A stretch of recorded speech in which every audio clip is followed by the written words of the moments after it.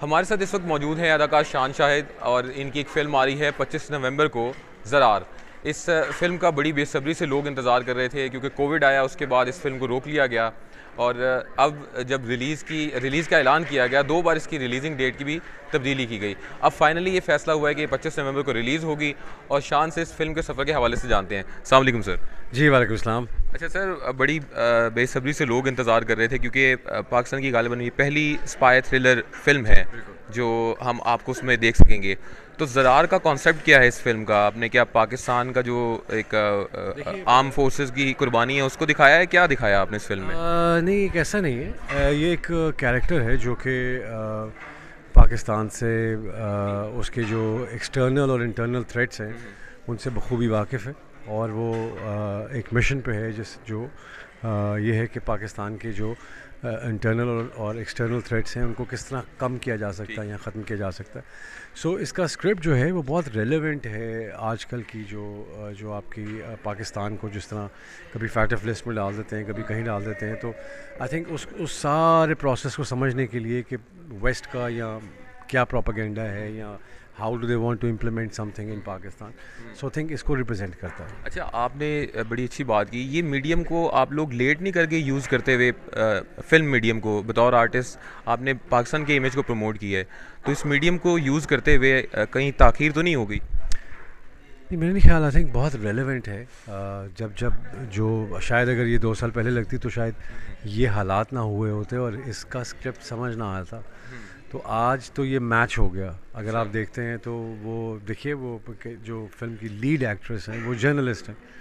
तो किस तरह आज जर्नलिज़्म आपके सामने हो रहा है पाकिस्तान में, या क्या हो रहा है या किस तरह हो रहा है या जो हो रहा है, वो सफ़र जो है वो सफ़र जिसमें एक सहाफ़ी के ऊपर क्या बोझ होते हैं, क्या चॉइसेस होती हैं, वो किस पॉइंट पे आके उस रास्ते को अपनाता है जो उसे अपना। So I think every character is very relevant about. ठीक है। अच्छा, ये 25 नवंबर को रिलीज़ हो रही है फ़िल्म। मैंने आपसे पहले भी सवाल पूछा था। 13 अक्टूबर की film the legend of Maula Jatt का फ़ायदा होगा? जो ऑडियंस इस वक्त बाहर निकली हुई है सिनेमाज़ में, वो फ़ायदा देगी आपकी फ़िल्म ज़रार को, या ज़रार की ऑडियंस अलहदा समझते हैं आप? देखिए, ऑडियंस तो सिनेमा गोर ऑडियंस होती है। उसका कोई ताल्लुक इस चीज़ से नहीं होता है कि वो कोई फ़िल्म चले तो उसके इर्द गिर्द कोई फ़िल्म लगा दे तो शायद चल जाए। इस तरह का कोई कॉन्सेप्ट नहीं होता है।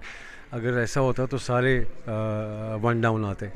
तो मेरे ख़्याल में फ़िल्म का अपना एक रिश्ता होता है उस अदाकार का जो पाकिस्तानियत में डूबा होता है, या जो रिश्ता वो कायम करता है, चाहे पंजाबी फ़िल्मों से किया हो चाहे उर्दू फ़िल्मों से किया हो, वो आपका एक रिश्ता होता है। और ख़ास तौर पे मैं ओवरसीज़ पाकिस्तानीज़ को ये ज़रूर कहना चाहूँगा क्योंकि उनका जो जज्बा हुब्बुल वतनी है वो बहुत स्ट्रॉन्ग होता है। जो हम रहते हैं, हम तो इस प्रोसेस से गुज़रते हैं कि कभी ये ज़्यादा आ गया, कभी बिल आ गया, कभी फ़लाँ आ गया, तो हमारे अंदर थोड़ा सा वो होता है कि यार ये क्या है। लेकिन जो बाहर रहते हैं, जैसा आप मौला जट को भी देख रहे हैं, तो उसका जो ज़्यादा एम्फेसिस है बिज़नेस का वो ओवरसीज़ है। तो ओवरसीज़ से जब आप पाकिस्तान के पैसों में कन्वर्ट करते हैं तो वो वैसे ही 100 करोड़ बन जाता है। सो आई पर्सनली फील कि ओवरऑल एक बहुत बड़ा बेंचमार्क क्रिएट किया है लेजेंड ऑफ मौला जट ने। आई थिंक वो पाकिस्तानी झंडा है जो जहाँ जहाँ जा रहा है वो वहाँ वहाँ पाकिस्तान की एंटरटेनमेंट इंडस्ट्री के लिए रास्ते खोल रहा है। इससे पहले अगर आप वार देखें, वार फिल्म जो लंदन में रिलीज़ हुई थी और उसने रिकॉर्ड बिजनेस किया था उस टाइम पे, वो था एक बहुत मुश्किल टाइम बिकॉज आपको अपनी ऑडियंस का पता नहीं था। तो इतने अरसे से हुमायूं की फ़िल्में और बाकी जो फिल्म्स हैं वो लगती रहती हैं, तो वो एक इम्पैक्ट क्रिएट करती हैं हर दफ़ा ऑडियंस में। अच्छा हो बुरा हो वो बात की बात है। सिनेमा गोर को सिनेमा जाके उस फिल्म का एक्सपीरियंस लेना ज़रूरी होता है। सो मुझे ये फील होता है कि काफ़ी डेवलप्ड हो गई, क्योंकि हमारे यहाँ पाकिस्तान में जो एक सियासी फ़िल्म है वही ख़त्म नहीं होती है। इसलिए लोगों के पास शायद फ़िल्म देखने का वक्त इतना नहीं होता है। बाहर के मुल्क में आपके पास सियासत में, क्योंकि आप उस मुल्क की सियासत से मुंसलिक नहीं होते हैं, तो आपके इसलिए आपके पास टाइम ज़्यादा होता है। ज़रार फ़िल्म का बिज़नेस कितना देख रहे हैं? 100 करोड़, 200 करोड़, या इससे भी बढ़कर? देखिए, मेरा तो था कि मैं इसको अपनी तमाम तर जो मुझे सलाहियतें अल्लाह ने दी हैं मैं उसके ऊपर ये फ़िल्म करूँ। अल्लाह, मेरी ख्वाहिश ये है कि ये पाकिस्तान के लिए एक ऐसा मकाम पैदा करे, पैसों में भी, बॉक्स ऑफिस में भी, इज़्ज़त में भी, जो पहले ना हुआ हो। एजाज शाहिद साहब बड़े अरसे बाद आए और उन्होंने प्रोड्यूस की फ़िल्म आपके भाई ने। तो आपके भाई से मेरी बात हुई, उन्होंने कहा कि मैंने तो बड़ी अच्छी जगह इन्वेस्ट किया है, यानी कि शान साहब पे। तो शान साहब क्या इतने पुरएतमाद हैं कि जो भाई का एतमाद है उस पर मुस्तकबिल में भी पूरा उतरेंगे? क्योंकि अभी उनकी शायद बेटी भी हैं नतालिया, जो प्लान कर रही हैं फ़िल्म इंडस्ट्री में आने का। तो यहाँ से क्या हम एजाज़ शाहिद साहब को भी देखें कि वो फ़िल्म इंडस्ट्री में अब एक बड़े प्रोड्यूसर के तौर पर भी सामने आएँ? जी बिल्कुल, आई थिंक क्योंकि हमारा ये फैमिली बिजनेस है, हम वाहिद पाकिस्तानी फिल्म फैमिली है। हमारी थर्ड जनरेशन आने वाली है, सेकंड जनरेशन मैं हूँ, मेरे से पहले मेरे अब्बा और मेरी अम्मी थी। तो हमें फ़ख्र है कि हमारे जब भी कोई हमारे ख़ानदान में कोई इस सफ़र पर कदम रखता है तो हमें बड़ा फ़ख्र होता है। इंशाल्लाह we are planning a great film for her as well. इंशाल्लाह इन द फ्यूचर आपको देखने में मिलेगा कि पाकिस्तान में एक अच्छे चेहरे का और एक अच्छे प्रोड्यूसर का इजाफा हुआ है। अच्छा, एक चीज़ और बताइएगा शान साहब, ये सवाल सिर्फ शान साहब पे ही रेलेवेंट सवाल है और इसका जवाब शान साहब दें तो बस बहुत ज़बरदस्त है। इंडियन फिल्म इंडस्ट्री को इंटरनेशनल मार्केट में ज़रार फिल्म कम्पीट करेगी? जी बिल्कुल, पहले तो मैंने जैसा कहा कि इंडियन फिल्म इंडस्ट्री को सबसे बड़ा चैलेंज जो है वो पॉलिटिकल चैलेंज है। वो पॉलिटिकल चैलेंज ये है कि उनकी जो अपनी गवर्नमेंट है वो बहुत एम्फसाइज़ कर रही है उनको उनके स्क्रिप्ट्स बनाने पे। तो आई थिंक फ़िल्म मेकिंग को कभी भी आप इस तरह इस्तेमाल नहीं कर सकते। आई थिंक ऑडियंस को पता चल जाता है और उनका सबसे बड़ा चैलेंज तो ये है। तो मेरे ख्याल में बाहर की जो फ़िल्में लगेंगी ये भी लगेगी। सो आई थिंक उसकी मेकिंग और उसकी बाकी चीज़ों से आपको खुद अंदाज़ा हो जाएगा। अच्छा, किरण मलिक भी हमारे साथ मौजूद हैं। इन्होंने फ़िल्म में डेब्यू किया आपके साथ। जी, किरण's फर्स्ट फिल्म, अमेजिंग एनर्जी, और मैं ये कहूँगा कि इन्होंने जिस रिस्पॉन्सिबिलिटी से, बिकॉज देखिए एक सहाफ़ी का रोल करना बड़ा आसान होता है कि जी मेरा इस सहाफ़ी का रोल है इस फिल्म में, बट उसकी जो नशस्त व बर्खास्त है और उसको आना और उसके डेप्थ में और रिसर्च में, आई थिंक उसकी जो रिसर्च थी उसमें she played a pivotal role. Kiran, आपसे जानेंगे किस सहाफ़ी को देखा आपने, रिसर्च की और उसके बाद ये किरदार अदा करने में आसानी हुई आपको? देखें जी, मैंने एक को नहीं, मैंने सबको देखने की कोशिश की। मैंने पाकिस्तानी बहुत सारे शोज़ देखे, रात शाम को जो हम सब भी बैठ के पाकिस्तानी देखते हैं। उसके बाद I started watching a lot of talk shows abroad as well. और मैंने जो चीज़ें पिक की एज एन एक्टर, उनकी बॉडी लैंग्वेज, वो कहाँ किसी को स्नब कर देते हैं, वो कहाँ से कौन सी लाइन पकड़ लेते हैं, इन चीज़ों पे मैंने बहुत एम्फसाइज़ किया कि कौन सी ऐसी चीज़ें हैं जो एक सहाफ़ी को अच्छा सहाफ़ी बनाती है। टॉक शोज़ तो बहुत सारे पाकिस्तान में चलते हैं, कुछ ही हैं जो हम सब देखते हैं बैठ के। मुझे बड़ी अच्छी लगी ना बात, वो ये थी कि जो इनकी ट्रांसफॉर्मेशन है, एक एवोल्यूशन है एक सहाफ़ी होने की उस फिल्म में, उस कैरेक्टर की, कि वो कहाँ से शुरू होता है और वो किस मकाम पे आके इंसान कई दफ़ा एक हादसे की सूरत में ऐसे फ़ैसले कर लेता है कि मैं आज के बाद इस कमरे में नहीं जाऊंगा, यहाँ मुझे करंट लगा था।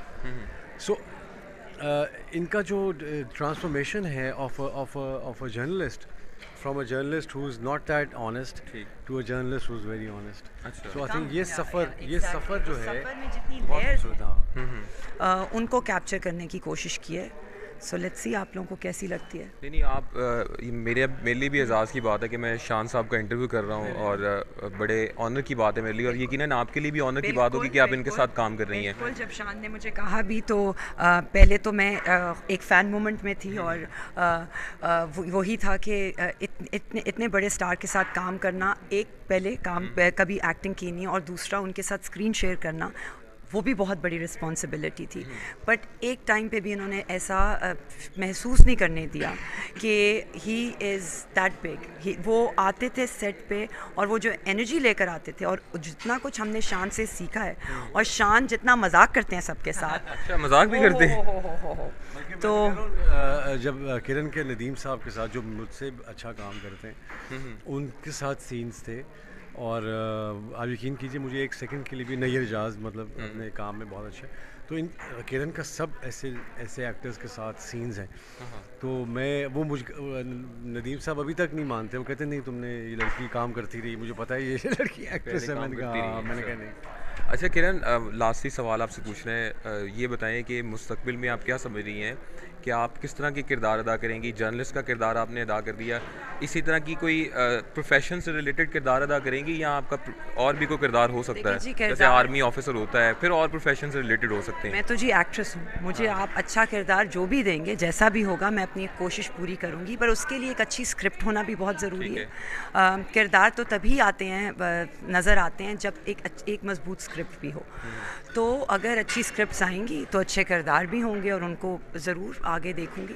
अच्छा, आप लास्ट बस कमेंट करते हुए कंक्लूड करूँगा कि शान साहब पाकिस्तान का एक बड़ा नाम है, और जो किरण मलिक हैं इनको देखते हुए मुझे ऐसा लग रहा था कि मैं अनुष्का शर्मा से बात कर रहा हूँ। तो अब मुझे नहीं मालूम कि इन्होंने आपने मुझे विराट कोहली नहीं कह दिया। नहीं नहीं नहीं, आपको नहीं कहना मैंने, शान को नहीं कहना, और सबको कह सकता हूँ। शान को किसी yes, I mean I think Kiran has her own energy. मुझे जो सबसे अच्छी बात लगी वो ये लगी कि इसकी एक अपनी एनर्जी है। She brings out a beautiful side of her films में। I think she looks beautiful in the film.